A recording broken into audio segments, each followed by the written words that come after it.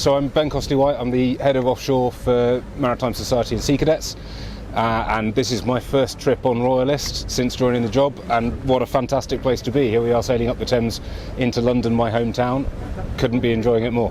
So I started my life as a teacher. I taught here in London, just up the river in fact, at City of London School. I was a biology and IT teacher, got heavily involved in the cadet forces while I was doing that. And one thing led to another. I joined the Royal Navy Reserve, and then following that joined the Royal Navy full-time. Spent 14 years in the Navy as a navigator and anti-submarine specialist, and left the Navy a few years ago looking to get back into youth work with a maritime influence.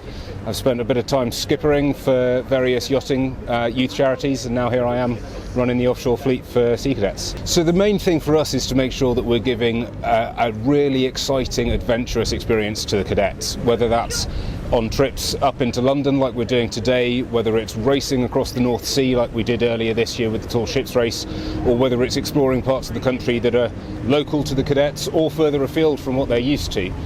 The aim for us is always to make sure that they get a week's experience that is absolutely full of adventure, full of fun, and lots of learning whilst out at sea, away from the normal life ashore. We have a minimum age for Royalist herself at 13 and a half, and that's because quite a lot of the activity is really quite physically demanding, and we need to make sure that we're giving the opportunities to those who are ready to take them on. But the opportunities are there for every cadet from every unit nationwide and worldwide for those cadet units that we've got overseas. Yeah, absolutely, there are no barriers to getting afloat in Royalist or any of our other vessels. And in your role, are you here just to keep the cogs turning, or is there anything that you would love to introduce to this programme?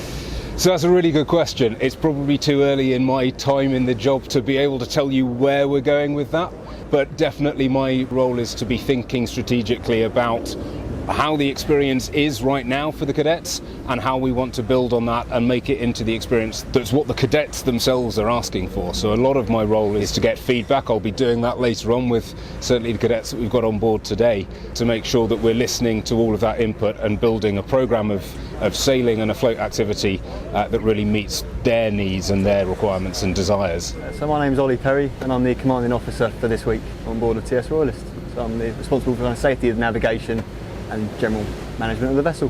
So actually, as a youngster, I sailed with the Rona Sailing Project at 14. We had no nautical people in the family, but they took me to sea and my brother. We started sailing more with them. At 16 I volunteered with them. At 18 I got my skipper's licence, and from there I've been working mostly in sail training, but yeah, so I worked my way up to the old man of listening.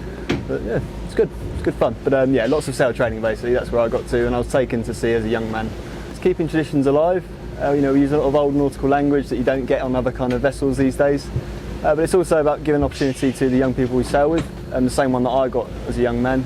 It just develops things like leadership, teamwork, all that stuff that is quite hard to get up these days, and you know, building resilience in younger people for what is turning out to be quite a tough world to live in at the moment. And yeah, it's the excitement of actually just being at sea. It's a completely new location for them to be in.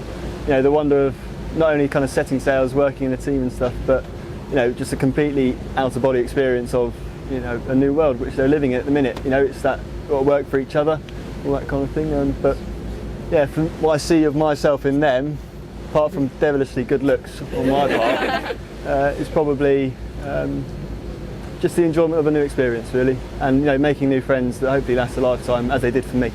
Well, we hope the future of Royalist is bright. You know, continue what we do normally: sail, train, deliver experiences, launch young people for life. Hopefully get some cool faraway paces. We like playing around the continent, maybe some more tall ships races for us to go and stretch our legs and kind of compete on the international stage. Give everyone of these guys a chance to show what they're made of. But yeah, generally just keep doing as we're doing, be a steady helm for the charity and the flagship for the Corps. So at the end of this trip, when you pack your bag, what is your feeling about the ship and the crew? What do you take away with you? Pride, always pride. Yeah, pride in the ship, pride in the crew.